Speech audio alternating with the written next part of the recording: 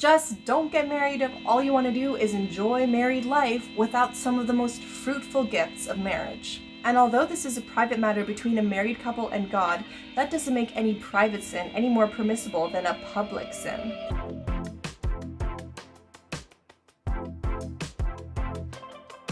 Just a disclaimer, this is all my opinion. I'm not speaking on behalf of anyone other than myself, and I'm certainly not speaking on behalf of the authority of the church or any other members of the church. For the record, contraception is never permissible in the eyes of the church, and the official stance of the church on use of NFP to avoid pregnancy within married couples is that it's appropriate for serious or grave reasons. So here's my controversial take. Don't get married if you're not ready to have kids. For whatever reason, you need more money, you need a house, you need to finish school, whatever. If you're thinking you want to get married, but you don't want to have kids for another year or two, then why don't you just set the wedding to be another year or two from now? Oh, right. Don't answer that. We all know why. Just don't get married if all you want to do is enjoy married life without some of the most fruitful gifts of marriage. Probably the most fruitful gifts of marriage. They literally are the fruits that God asked us to make. To be, yeah. Now hear me out, I'm not making any judgments about people who use NFP to avoid pregnancy. And I'm not telling anyone to stop avoiding pregnancy right now because that's none of my business. Before a friend of mine got married, she told me all about their plans to use the Marquette method to avoid pregnancy for financial reasons. I prayed for them, I asked the Lord to guide their discernment. Soon enough, they decided that financial reasons were not a grave or serious enough reason to avoid pregnancy. It's almost like you should pray for people instead of berating them. And before you say anything, let me say this first. Did you know that Jesus was born in a stable? And soon after he was born, Mary and Joseph fled to protect their baby from murder. If this was the way God had his only begotten son begin his out-of-womb life, then in spite of whatever difficult circumstances may be surrounding you potentially having a baby right now, I'm sure you'll be fine. And it will be challenging, but God will be with you every step of the way. And we have had our fair share of challenges, believe me. After both of my babies were born, I had experienced severe postpartum depression, and my husband and I were traumatized both times by it. If you're not familiar with PPD, it's one of the main topics of this channel, so check out my PPD iceberg video to get into the loop. If I'm being honest, I need to constantly remind myself that Jesus died a slow and painful death for my salvation, and it is truly an honor for me to endure any pain and suffering that may be uniting me to him. And despite whatever chaos might be happening in this house, I can trust that the peace of Christ is eternal and infinite. I'm just really bad at reminding myself that.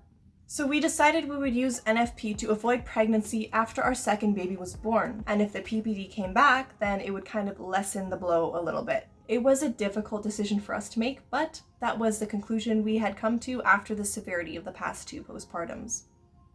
And guess what? I ovulated once.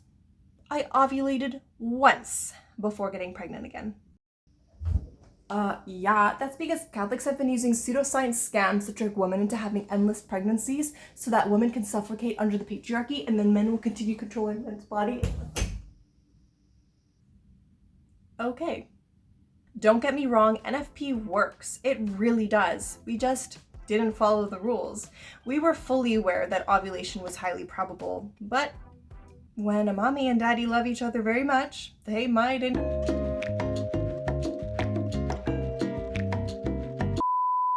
And sure, it wasn't our plan to have a third baby so soon, but it is true that the creation of life is never a mistake. It would never happen if God didn't will it to happen. Even before this baby was conceived, God had a plan for this baby and their role in our family, and God even had a guardian angel waiting in heaven for its mission to start. None of it is ever a mistake. Not even the struggles and hardships that you may face as a parent. It is all meant to be. And even though I might not know why it's happening, God knows, and I trust in him. Even though it's really hard sometimes. And I am still in awe that I can partake in the creation of life. It is so incredible. I love being a birthing person. All of this is to say, if you're using NFP to a contraceptive extent, or you think you might be, then you need to ask yourself, do I trust in God's will and do I act like it? Do I surrender my life to God no matter what? And lastly, am I using NFP to maximize pleasure while minimizing perceived inconvenience? And if any of your answers to these questions are, I don't know, then you need to speak to a priest or spiritual director about this, because God has mercy on the ignorant, but not the apathetic. So if you're a person who uses NFP to avoid pregnancy, or you only have 1 or 2 kids, or your kids have ages spread far apart, whatever, I'm not gonna judge you. You might have fertility issues, you might have medical reasons, pregnancy might be dangerous for you. Whatever it is, you don't need to explain anything to me or anyone else, because that's none of our business. And although this is a private matter between a married couple and God, that doesn't make any private sin any more permissible than a public sin. And we should never be silent on behaviors that are damaging to people's souls and marriages.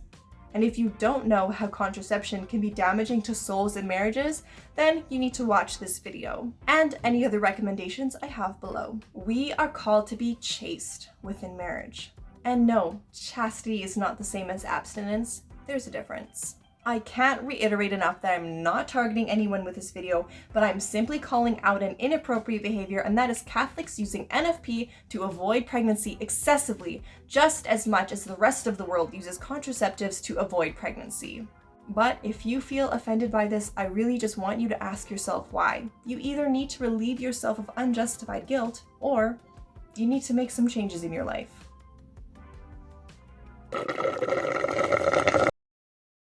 My name is Deirdre, and I make videos about mental health, my Catholic faith, and sometimes how those overlap.